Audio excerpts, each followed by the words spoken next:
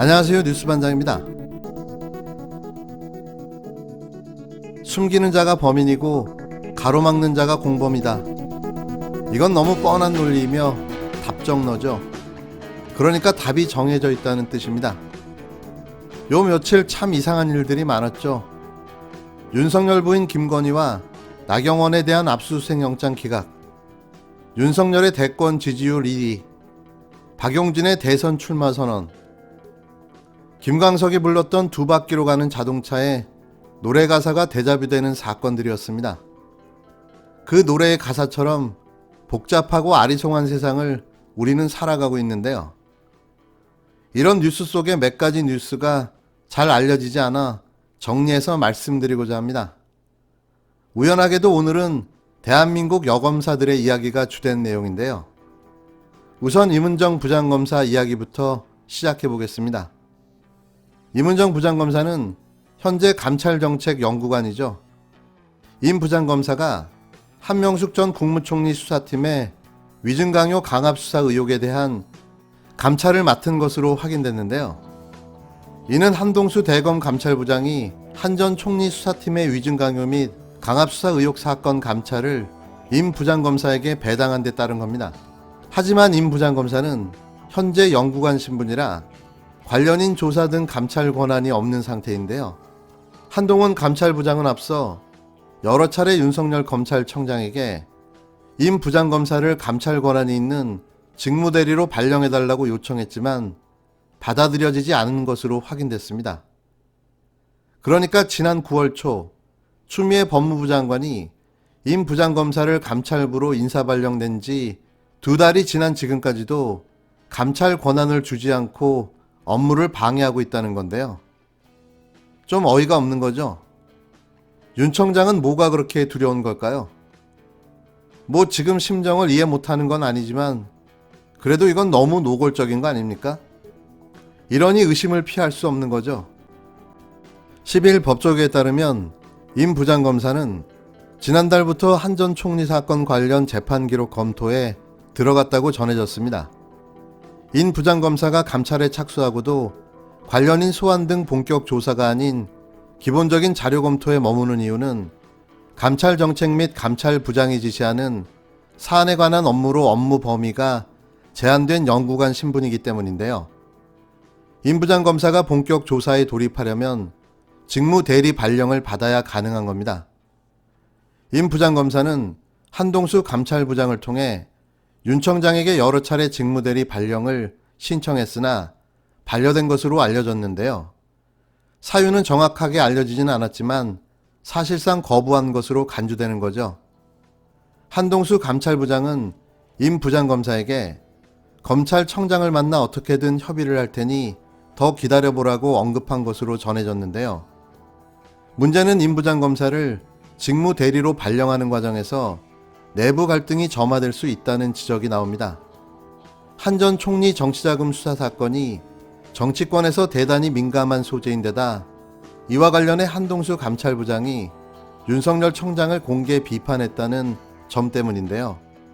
지난 6월 윤 청장은 한명숙 사건에 대한 법무부의 해당 사건 감찰 지시에 대해 감찰 사안이 아닌 인권침해 사안이라며 대검 인권부의 감찰부와 별개의 조사를 지시한 바 있습니다.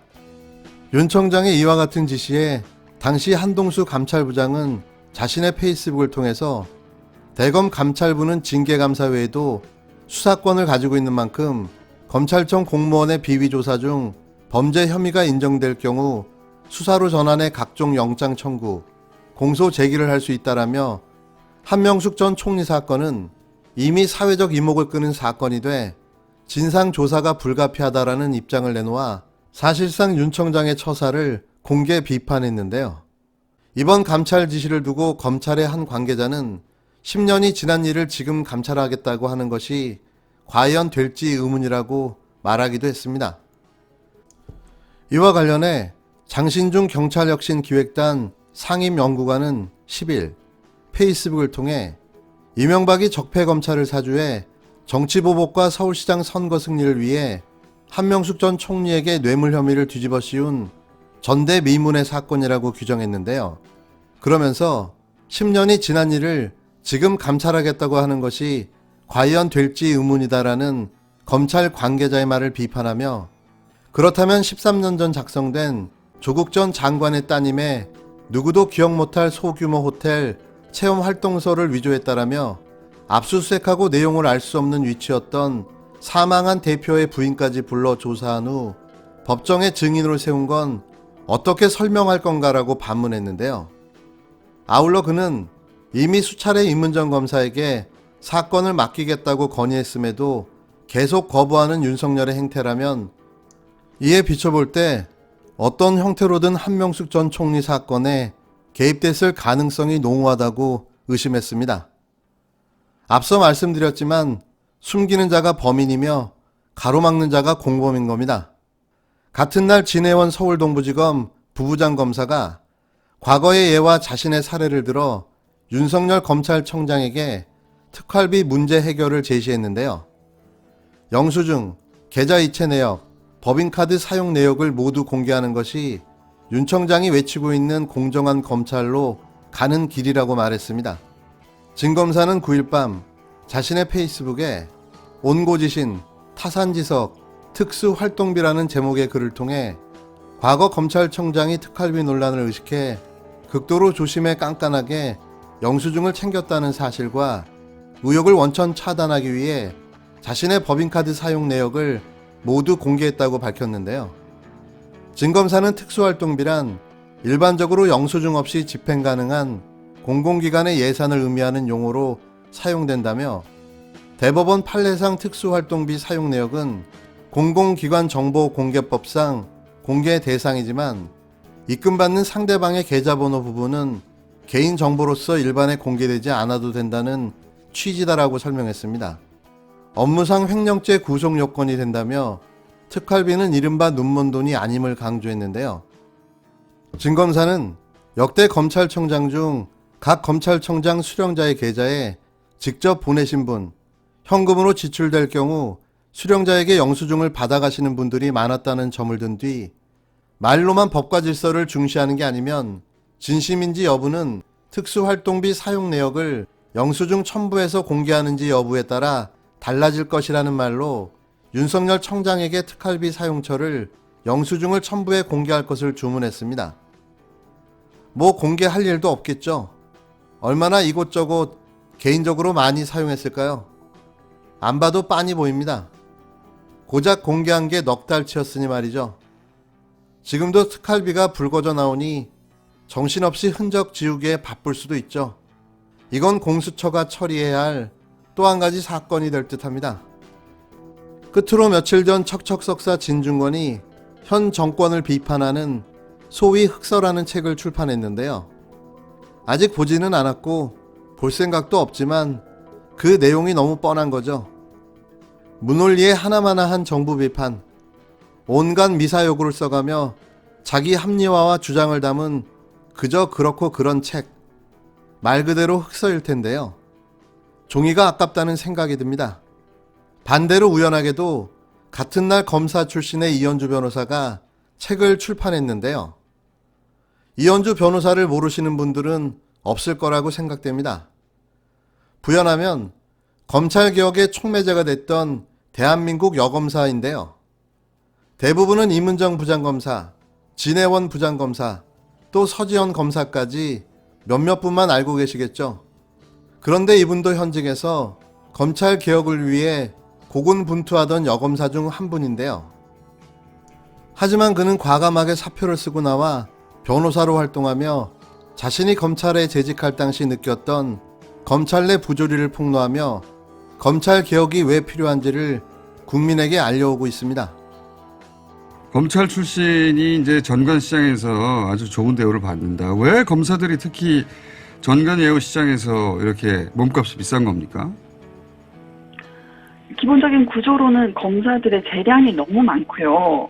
기소할 사건도 눈 감아서 불기소해준다든지, 그 강제수사, 구속하고 뭐 압수수색할 것도 불구속하고 압수수색 영장도 꺾어준다든지, 이런 그 재량이 많으니까 검사가 봐줄 여지가 많고요. 그리고 두 번째는 검사들의 네, 그 전현직의 아름다운 플레이죠. 아름다운 콜라보레이션. 그러니까 현직 검사는 털고 전직 검사는 찾아와서 뭐 인사하고 봐주고. 그러니까 이제 현직 검사는 실적을 올리고 전직 검사는 돈을 벌고 이런 그 끈끈한 그 공생 구조가 있지 않습니까? 그리고 이 아름다운 전통을 유지해야만 현직 검사도 곧 나가서 그런 정관으로서 돈을 쓸어 담을 수 있으니까 이게 검찰로 봐서는 그 아름다운 미풍양속이죠. 선배가 사건을 들고 왔을 때 봐주는 건. 판사들은 자기 1심에서 판결을 썼을 때 항소심에 가고 상고심에 가고 누가 자기 판결을 들여다본다라고 생각을 하면은 긴장하게 돼 있고 그렇게 자의적인 판단을 하기가 어렵거든요. 근데 검사는 그런 통제적 인치가 거의 없으니까요. 그게 맘 놓고 봐주는 거죠. 우리 검사님들이 민주주의의 원리에 대한 인식이 없어요. 그 패스트트랙에 검찰개혁 관련 법령을 태워서 국민의 대표인 국회가 통과를 시킨 거고 그리고 선출된 권력인 대통령, 법무부 장관이 그 시행령 시행규칙을 만드는 건데 그러니까 그것에 대해서 그 깊은 자각이 없는 거죠. 왜냐하면은 검사들은 검찰권은 자신이 사법시험을 져서 자신이 따낸 권력이라고 생각하지 국민에게서 온 권력이라고 생각 안 하거든요. 그래서 헌법에 모든 권력은 국민으로부터 나온다는 건 그거는 이제 헌법 시험 볼 때 써먹는 지식이고 자기 권력은 자기 거죠.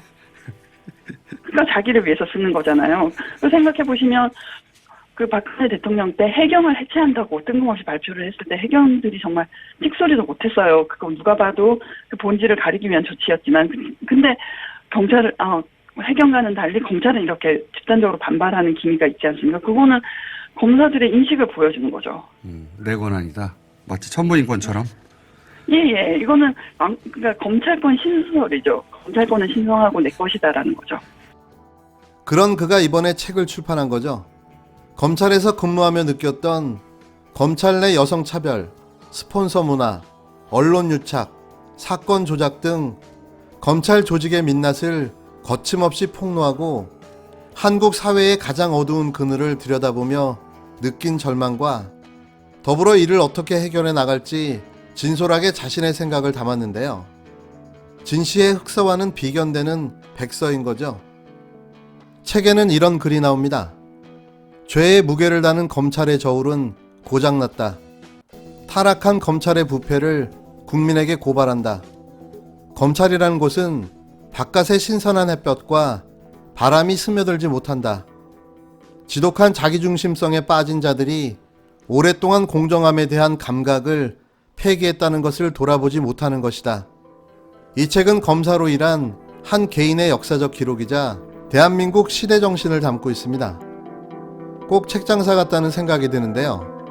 모처럼 좋은 책 한 권 소개해봤습니다.